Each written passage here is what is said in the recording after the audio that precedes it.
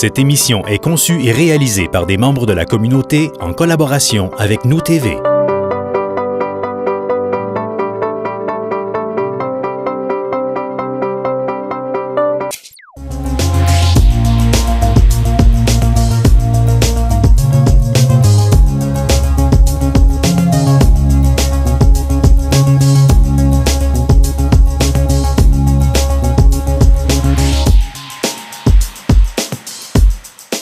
Bienvenue à votre capsule financière. Aujourd'hui, notre conseiller en placement, Sylvain Marleau, s'amuse à faire la comparaison des prix de produits de consommation entre différents pays.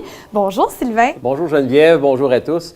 Oui Geneviève, le sujet est bien documenté. On a souvent l'impression au Canada de payer des prix plus chers pour plusieurs items de consommation par rapport à d'autres pays qu'on peut visiter quand on est touriste.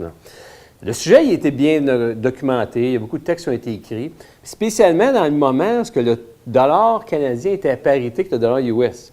À ce moment-là, on s'apercevait que des biens fabriqués au Canada, Québec, au Canada, comme des motoneiges, étaient vendus moins cher aux États-Unis qu'ils l'étaient au prix du Canada.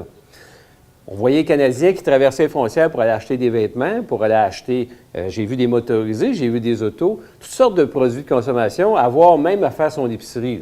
Qu'est-ce qui explique la différence des prix d'un item d'un pays à l'autre? En fait, Geneviève, il y a plusieurs raisons, il y a plusieurs items qu'on pourrait discuter. Entre autres, une question au niveau des taxes. Le sujet est bien documenté. Au Canada, les produits d'alcool, les produits de cigarettes sont très taxés. Alors, ça peut arriver que nous autres, on ait fait un choix, que cette catégorie de produits soit plus chère. Puis ça, c'est intentionnel. Des fois, c'est le taux de change aussi. Si le produit est fabriqué aux États-Unis, vendu au Canada, bien, il y a un taux de change qui est différent. Le pays de fabrication est donc important. Une question de frais de transport aussi. Si on habite un peu plus loin, puis il faut calculer le prix pour amener le produit chez soi, bien, c'est peut-être normal qu'on paie un peu plus cher pour nos produits. Des fois, c'est un manque de compétition. C'est sûr que dans des bassins où il y a beaucoup de population, que ce soit New York, Los Angeles, il y a probablement plus de compétition qui font baisser les prix. Par certains autres endroits, bien, il y a moins de compétition, donc les prix baissent moins. Il y a aussi une question d'offre et de demande. Il y a certains produits qui peuvent être beaucoup plus en demande dans certains pays que dans d'autres. Alors, l'offre va être plus grande, les prix vont être plus bas. Il y a tellement d'items qui rentrent en ligne de compte. Sylvain, parle-nous du prix des produits qu'on achète versus le salaire qu'on gagne. Bien, Geneviève, ça, c'est un angle d'analyse qui est intéressant. Vous savez, là, deux personnes, un citoyen canadien qui gagne 50 000 puis un citoyen, à titre d'exemple, américain qui gagne 50 000 bien, les deux, si elles jettent un certain produit, ça va être un pourcentage de leur salaire. J'exagère, on achète un produit de 25 000 c'est 50 de notre salaire. Oui. Alors, il y a une différence dans le pourcentage de notre salaire si on habite au Canada ou aux États-Unis versus les prix de certains produits. Je vous donne des exemples. Récemment, j'étais chez un ami canadien qui habite en Angleterre, et le sujet est bien documenté. En Angleterre, les prix, c'est supposé être bien cher. C'est vrai au niveau de l'immobilier, mais j'ai vu, de mes propres yeux, plusieurs articles de consommation qui étaient finalement moins chers qu'au Canada. Je vous donne un exemple. On s'en va dans un liquor store, un genre de SAQ ici. Il y a une bouteille de vin que je connais qui s'appelle Sierra Niove, un vin italien, même format, 750 000 millilitres, même année, 2015. Bien, le prix dans le liquor store était de 40 pounds. À la SAQ, c'est 63 qu'on peut le voir affiché sur le site Internet. Donc, 40 pounds sur 50 000 pounds du côté du salaire en Angleterre, ou 63 canadiens sur 50 000 canadiens pour le citoyen canadien. Il y a d'autres items comme ça, je peux vous donner des exemples. Par exemple, une autre bouteille de vin qui est Sassicaia, qui est un grand vin de ce monde, un des meilleurs d'Italie. Même année, 2014, même format, 750 ml. Bien, en Angleterre, il se vend 90 pounds. Au Canada, il se vend 211 $. Donc, le Canadien paye 211 $ sur son salaire de 50 000. Puis l'Anglais, lui, c'est 90 pounds sur son salaire de 50 000 pounds. Je me suis amusé, je suis allé voir le site Internet de Walmart. C'est facile. Walmart, là, c'est une compagnie. Ils ont un site Internet version américaine. Ils ont un site Internet version canadienne. Ouais. J'ai comparé des items entre les deux pays. Ce n'est pas nécessairement facile parce que, bien souvent, chaque item a des formats différents. Oui, okay? J'ai essayé d'en tenir compte le plus possible. À titre d'exemple, le beurre d'arachide, Jif, Du côté américain, on pouvait voir un prix de 2,50 $. Du côté canadien, 3,47 $. Le format n'était pas tout à fait égal, mais c'était encore une fois à l'avantage des Américains. Donc, l'Américain paye 1 $ de moins que le Canadien sur un format qui est un peu différent.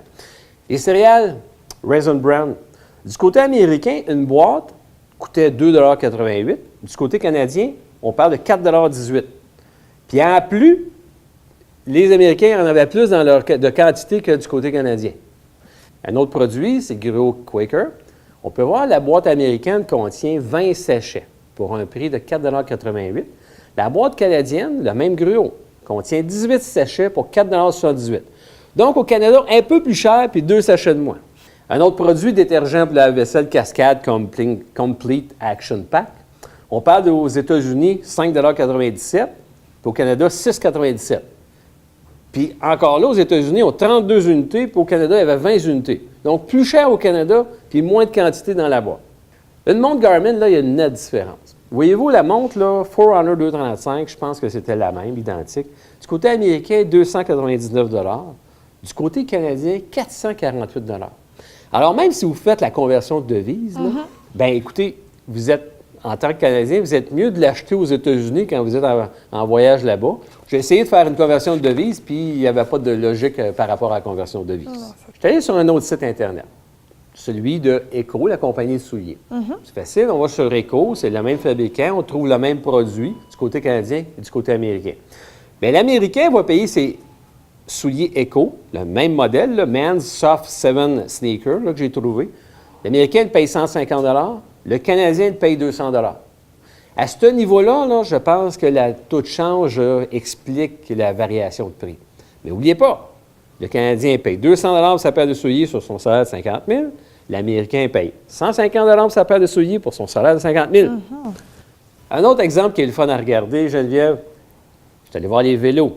La compagnie Trek, qui est un fabricant qui vend des vélos à travers le monde. Le vélo le plus haut de gamme que vous allez trouver sur leur site web, le Trek Madon 9.9.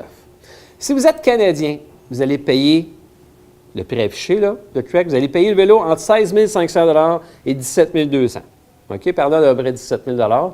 Donc, à peu près 34 % de votre salaire, de 50 000 $. Si vous êtes Américain, le même vélo sur le site web de Trek encore, vous pouvez le voir, vous tapez sur le drapeau américain, vous allez avoir le même vélo qui est à 12 000 $. Donc, l'Américain paye 25 % de son salaire de 50 000 $ pour son vélo, alors que le Canadien va payer 34 % de son salaire de 50 000 $ pour le même vélo.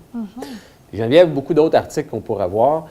Le sujet est documenté, encore une fois. Le linge, souvent, c'est moins cher aux États-Unis. Ouais. Il semble que les voitures sont vendues moins chères aux États-Unis. Puis il y a une foule d'autres produits que vous pouvez dépenser dans vos dépenses annuelles qui sont souvent moins chers du côté américain. Mais Sylvain, là, à la lumière de tout ça, qu'est-ce qu'on doit penser de ces différences de prix-là? Geneviève, c'est pas facile de s'y retrouver sur cette comparaison. C'est sûr que des fois, on pourrait être choqué de payer nos items de consommation plus chers au Canada qu'aux États-Unis. Mais vous savez, les salaires ne sont pas nécessairement les mêmes, là. Pour une même catégorie d'emploi, le salaire peut peut-être, à certains moments, être plus élevé au Canada et au Québec qu'on va voir aux États-Unis, puis même qu'en Angleterre. OK? C'est sûr que je ne voudrais pas être un Américain puis devoir payer les frais de santé à même mon revenu, mes dépenses. On a quand même un avantage là-dessus. Oui, absolument.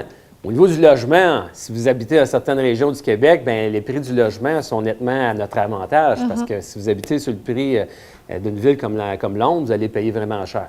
C'est sûr que l'immobilier à Toronto, à Vancouver est aussi très dispendieux, alors c'est pas nécessairement facile de s'y retrouver. Là. Qui est le plus riche entre un citoyen canadien, citoyen américain, citoyen européen, à la fin de sa vie, après avoir payé plus d'un bord, moins de l'autre? C'est très difficile à déterminer. Il y a trop de variations.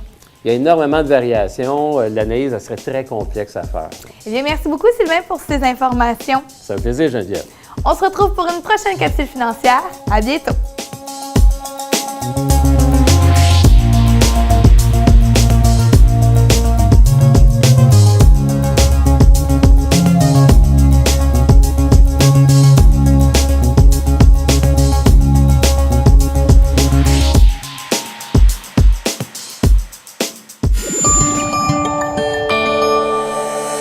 Nous TV, fiers de faire rayonner notre communauté.